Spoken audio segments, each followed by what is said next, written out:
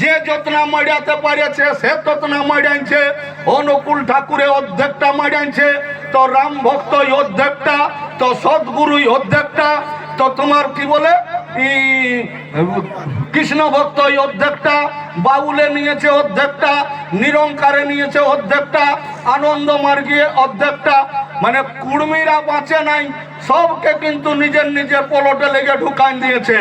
মানে স্বাধীন ভারতে কুর্মীরাকে সবকে কিন্তু হিন্দু বনাই ছাড়িয়েছে। আর আপনারাও তো মনে করছেন বোধহয় আমরা হিন্দুই নাকি? কুর্মীরা যে হিন্দু লহিয়েই আমরাকে চালাক চতুর লোকে হিন্দু বনাইছে, এইটুকুটা কিন্তু আজ আমার মগজে নাই। তাই জানতে হবে যে আমরা হিন্দু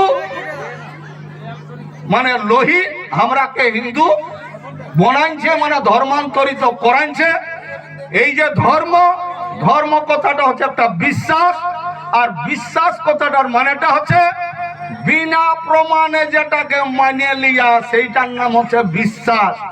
ধর্ম কথাটার মানেটা হচ্ছে সত্তাগত বৈশিষ্ট্য, গুণগত মান, স্বভাব বা চরিত্র। যেমন জলের ধর্ম ভিজাইন দিয়া, আগুনের ধর্ম যেমন পুড়াইন দিয়া, মরিচের ধর্ম যেমন ঝাল লাগা, তেঁতুলের ধর্ম যেমন টক লাগা, নিমের ধর্ম যেমন তিতা লাগা, তেমনি প্রত্যেকটা জিনিসের এই আলাদা আলাদা গুণ বা বৈশিষ্ট্য আছে। যেটা যার গুণ সেইটাই তার ধর্ম। তো বন্ধু, 4,84,84,000 এই পৃথিবীতে 84 লক্ষ জীবের সৃষ্টি হয়েছে। তার মধ্যে 4 মানে 4 ভাগে ভাগ, অন্ডজ, পিণ্ডজ, সেদজ আর উদ্ভিদ। অন্ডজ বলা হয় আন্ডা বা ডিম থেকে যাদের জন্ম, পিণ্ডজ বলা হয় রক্ত মাংস স্থূলাকার দেহ, আর সেদজ বলা হয় জল বা কাদা কিচড়লে যাদের জন্ম, আর উদ্ভিদ বলা হয় এই মাটিটাকে ভেদ করে যেগুলার জন্ম, ঘাস বলুন, লতা, বৃক্ষ, এই সকল গিলা। এই 84 লক্ষ জীবের মধ্যে শ্রেষ্ঠ জীব হচ্ছে কিন্তু মানুষ। কারণ মানুষ একমাত্র কথা বলতে পারে, মানুষ এই সমাজ নিয়ে বসবাস করতে পারে, মানুষ এই খাবার জিনিস অর্জন করতে পারে, মানুষ এই একে অপরের বিপদ রক্ষা করতে পারে, আর মানুষ এই ভাবতে পারে আমি কোথায় ছিলি, কি করে এই পৃথিবীর আলো বাতাস দেখতে পালি, কে আমাকে এই বসমতায় 8 অঙ্গ দেহ দান করে জন্ম দিয়েছে, আর কে বা আমার ভবিষ্যৎ রচনা করে দিয়েছে। অর্থাৎ যা কিছু আমরা পেয়েছি সেটা আমাদের জন্মদাতা মা আর বাপের দৌলতে পেয়েছি। এই জন্যই বলে লোকে দেখবেন দুনিয়া সংসার। দুনিয়া কথাটার মানেটা হচ্ছে দুই নিয়ে দুনিয়া, প্রকৃতি আর পুরুষ। এই প্রকৃতি পুরুষের মিলিত রূপটাকে বলা হয় ব্রহ্ম। সেই ব্রহ্মই হচ্ছে জীবের সৃষ্টি।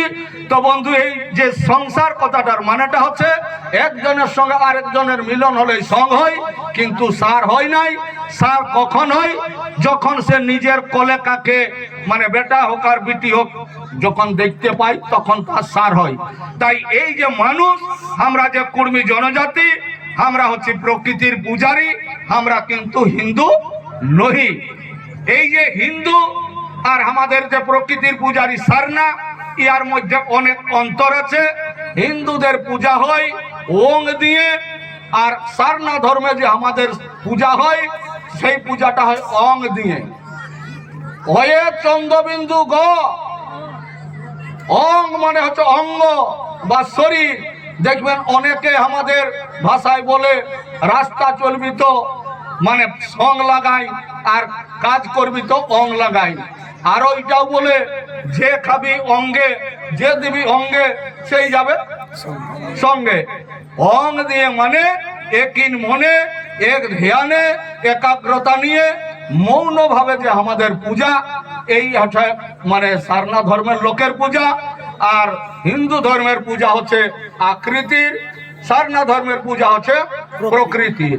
হিন্দু ধর্মের পূজা হচ্ছে মন্তরে, সারনা ধর্মের পূজা হচ্ছে অন্তরে।